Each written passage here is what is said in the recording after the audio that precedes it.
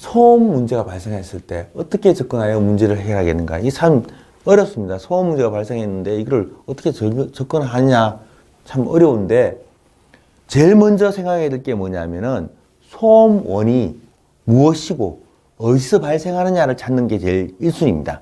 소음원이 뭐냐? 소음원이 즉 보면 소음원인데 보면 발생원이 능동부위인가? 즉 움직이는 부위, 즉 모터가 있거나 펌프가 있거나 움직이는 부위가 있느냐?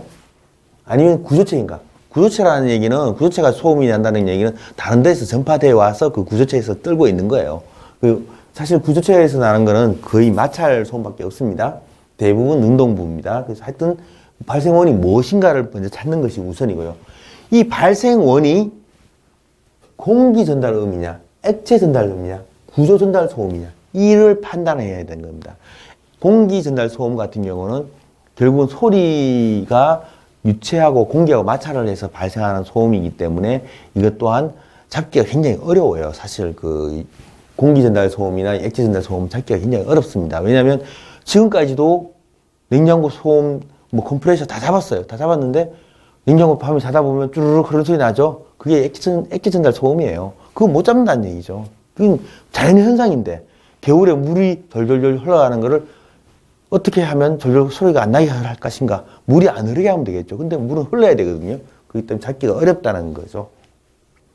전달 경로. 그래서 전달 경로를 어떻게 할 것이냐. 외함이냐, 배관이냐, 배관을 통해서 외함으로 나오느냐. 그런 것들을 본다는 거고요. 방사 표면이 어디냐. 소리를 내보내는 한마디로 스피커 역할을 하는 놈이 어느 놈이냐를 찾는 거예요. 그 스피커를 찾으면 걔를 조용히 시키면 된다. 이렇게 되겠죠. 그리고 이 세 개 중에 주요 영향을 주는 인자가 뭐냐? 발생 원이냐? 전달 경로가 문제냐? 방사 표면이 문제냐를 찾아내서 어느 쪽을 막을 것이냐를 우리가 판단을 해야 됩니다. 그래서 어느 쪽을 막으면 가장 적은 비용으로 가장 쉽게 막을 수 있느냐라는 결정을 하게 됩니다. 실제 현장에서는 그렇습니다.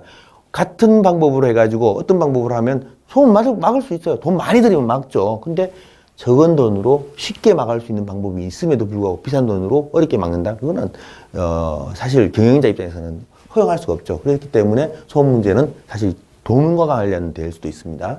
그래서 어느 놈이 주요 인자냐, 그 놈을 잡아내서 줄이는 것이 가장 효과적이냐 그런 거죠.